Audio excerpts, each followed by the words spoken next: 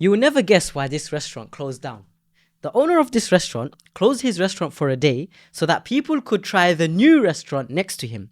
And he mentioned the hadith where Rasulullah sallallahu alaihi wasallam said, Jibreel alayhi salam, he kept recommending treating neighbors with kindness until I thought that he would assign a share of inheritance to them. And subhanallah, this is something abnormal in today's society. In a society where it's all about me and myself, and a greedy society where we're all focused on our own income and our own benefits. But this example is, subhanallah, is the epitome of the hadith where Rasulullah sallallahu alaihi wasallam said, love for your brother what you love for yourself. And this restaurant owner, he must really understand the concept that at the end of the day, Allah is Ar-Razzaq, the sustainer, the provider.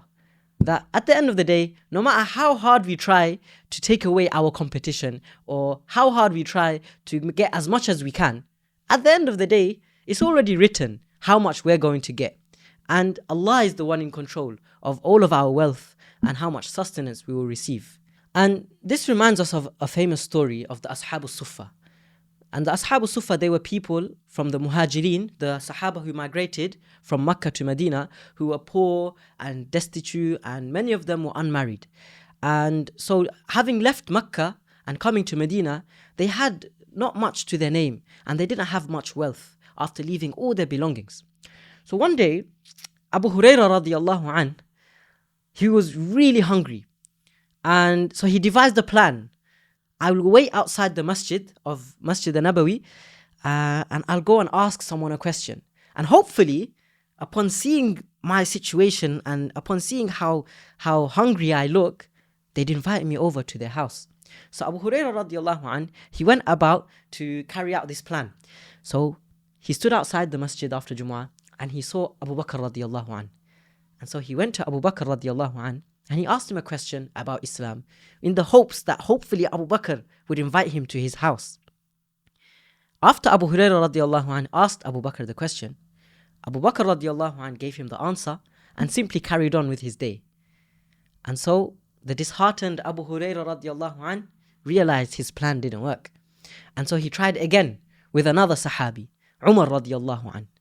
And so he asked the same question to Umar ibn al-Khattab radiallahu anh, who again gave the same reply and carried on with his day. And so Abu Hurairah radiallahu anh, he was disheartened at this time until finally he saw Rasulullah sallallahu alaihi wasallam. And who better to ask than Rasulullah sallallahu alaihi wasallam? So he went and he approached Rasulullah and he asked him the question. And after answering Rasulullah sallallahu alaihi wasallam, finally he said the words which Abu Hurairah was yearning to hear. That, oh Abu Hurairah, come to my house and have something to eat. And so Abu Hurairah was extremely delighted upon hearing this. And he happily followed Rasulullah sallallahu alaihi wasallam to his blessed home. But upon arriving there, he realized that there was not much food in the house of the Prophet sallallahu alaihi wasallam. He was only brought with one bowl of milk. But he thought to himself, you know what? This is better than nothing. And this is from the household of Rasulullah sallallahu alaihi wasallam. And so just as he was about to quench his thirst with this milk, Rasulullah sallallahu alaihi wasallam stopped him and said, wait Abu Hurairah, go outside and you'll see the Ashab al-Suffah, the poor from the Muhajirin. Go and invite them to come also. And now Abu Hurairah radiallahu anh thought, I had one bowl of milk and now I have to go and ask all the others to join me. So Abu Hurairah, not once did he disobey Rasulullah sallallahu alaihi wasallam. He went up and he went outside only to find approximately 70 people who were also in a similar situation to him, hungry and looking for a meal. And all 70, with Abu Hurairah radiallahu anh, it was said that they all sat in a circle with this one bowl of milk. And so Abu Hurairah radiallahu anh, he thought, okay, I was the first one here. At least I'll get the first sip and I'll have the bowl in my hands first. But Rasulullah sallallahu alaihi wasallam told Abu Hurairah, oh Abu Hurairah, take this bowl of milk and pass it around to every single one of them.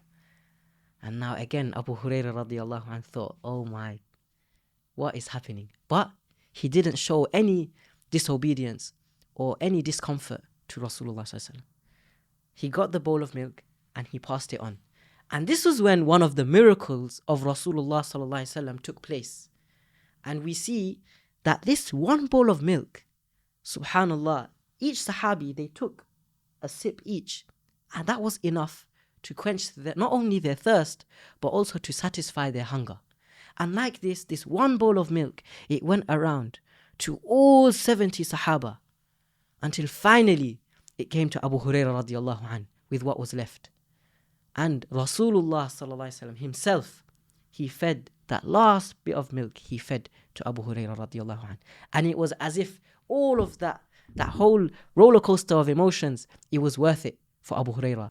And subhanallah, from this story we see that in a day and age where we're always constantly thinking about ourselves and our own families, but we tend to forget that at the end of the day, everything is in the hands of Allah. And the concept of barakah, blessings, that's something which we will never understand until we truly experience it ourselves. Ask our seniors, ask our elders, tell me a time when you experienced barakah in your life. And this same Allah that provided for the Sahaba in such a way, from one bowl of milk, is that not the same Allah that we have today? That same Allah who gave victory to the Sahaba so many times when the odds were out of their hands and it looked as though the Sahaba would lose. For example, in the Battle of Badr. But when they were granted victory, that same Allah is the same Allah we have. The same Prophet sallallahu alaihi wasallam that they followed is the same Prophet we follow. The same Quran they read, same Quran we read. And so we have to really ask ourselves that when was the last time I gave something up that I really wanted for myself for the sake of my fellow Muslim brother? So we ask Allah Ta'ala that He gives us the ability to understand what it means to have true brotherhood in Islam and to understand the value of barakah.